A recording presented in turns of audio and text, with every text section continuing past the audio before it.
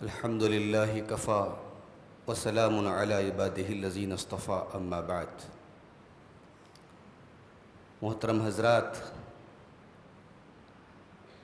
اللہ تبارک و تعالیٰ کی نعمتوں میں سے ایک بڑی نعمت صحت اور عافیت ہے۔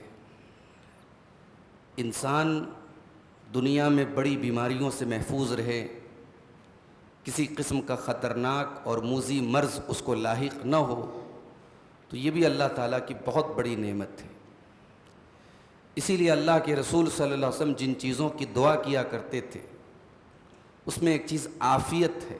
آپ اللہ تعالیٰ سے عافیت مانگتے تھے۔ دعائے قنوت میں ہم ایک جملہ کہتے ہیں وَعَافِنِي فِي مَنْ عَافَيْتَ، کہ اے اللہ تو ہمیں اپنے ان بندوں میں شامل فرما دے جن بندوں کو تو نے عافیت دی ہے، جن کو تو نے بیماریوں سے بچا کے رکھا ہے، جن کو تو نے خطرناک بیماریوں سے محفوظ رکھا ہے۔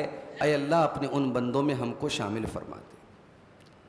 تو آج کے درس میں ہم اللہ کے رسول صلی اللہ علیہ وسلم کی ایک دعا کو سیکھنے جا رہے ہیں، جس دعا میں اللہ کے نبی صلی اللہ علیہ وسلم عافیت کی دعا کرتے تھے۔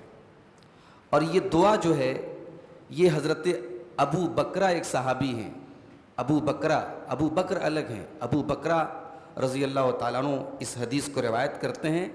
اور یہ دعا اللہ کے رسول صلی اللہ علیہ وسلم صبح شام تین بار پڑھتے تھے۔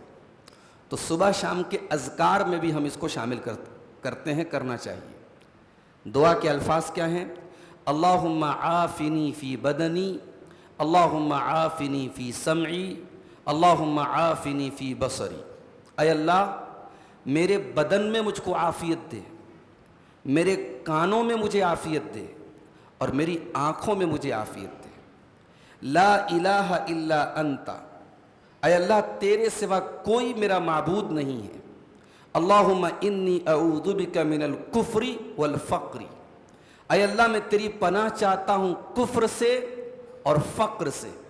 واعوذ بک من عذاب القبر، اور میں تیری پناہ چاہتا ہوں عذاب قبر سے۔ لا الہ الا انت، تیرے سوا کوئی معبود نہیں ہے۔ بڑی جامع دعا ہے یہ۔ اس میں سب سے پہلے ہم اللہ سے دعا کرتے ہیں کہ اے اللہ تو ہمارے بدن کو عافیت، پوری باڈی کے لیے ہم دعا کر رہے ہیں کہ ہمارے پورے بدن کو تو عافیت میں رکھ، بیماریوں سے بچا، آزمائشوں سے بچا۔ کبھی کبھی انسان کے جسم میں بظاہر کوئی بیماری نہیں ہے، مگر انسان بہت موٹا ہو گیا، چل پھر نہیں پا رہا ہے، یا انسان بہت دبلا ہو گیا، اس کے جسم کے اندر صرف ہڈیاں اور ڈھانچہ بچا ہے۔ تو پورے بدن کے لیے اللہ کے رسول دعا کرتے تھے اللہ میرے بدن کو عافیت دے۔ اس کے بعد اللہم عافنی فی سمعی، میرے کانوں کی حفاظت فرما۔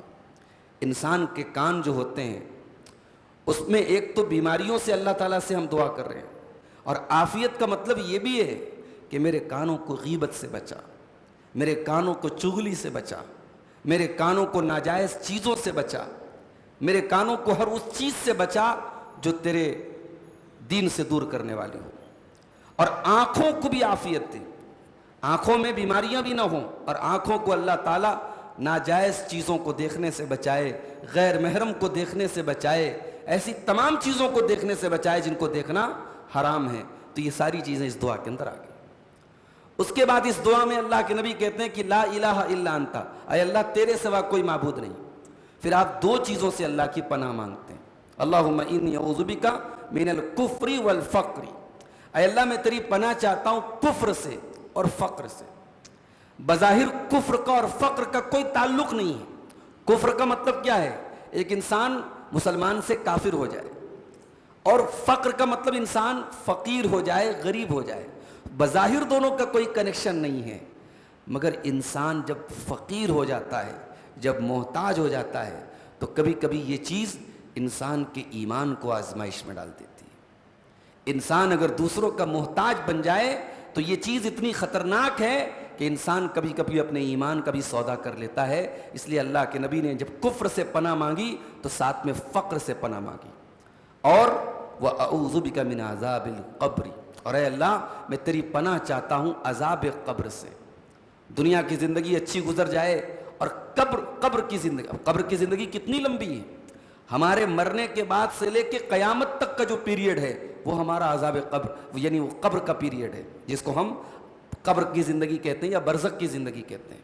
تو قبر کا عذاب یہ برحق ہے، سچا ہے، اور ہم دعا کرتے ہیں اللہ تعالیٰ سے کہ اے اللہ تو ہمیں عذاب قبر سے بچا لے، لا الہ الا انت، تیرے سوا کوئی معبود نہیں.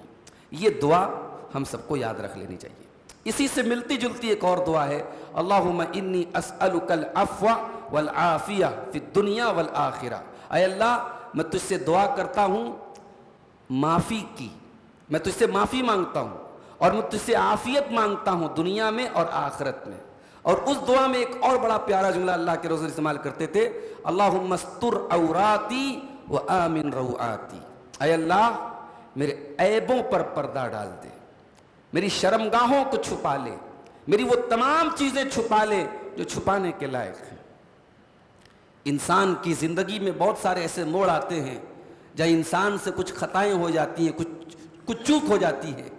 اگر وہ چیزیں یعنی ڈسکلوز ہو جائیں، اوپن ہو جائیں، تو انسان ذلیل ہو سکتا ہے. اللہ کے نبی کتنی پیاری دعا مانگ رہے، اللہم استر عوراتی، اے اللہ میرے عیبوں پر پردہ ڈال دے، وآمن روعاتی، اور جن چیزوں سے مجھے خوف پیدا ہوتا ہے ان تمام چیزوں سے مجھے امن اور چین عطا فرما. تو یہ دونوں دعائیں ہم یاد کر لیں، یہ انشاءاللہ ہمارے بدن کو ہر قسم کی تکلیف سے اور بیماریوں سے ہمارے لیے عافیت کا ذریعہ بنیں گی انشاءاللہ. اللہ تعالیٰ سے دعا ہے رب العالمین ہم کو ہر قسم کے امراض سے اور بیماریوں سے اللہ تعالیٰ اپنی عافیت میں رکھے اور محفوظ رکھے. آمین. وآخر دعوانا الحمدللہ رب العالمین.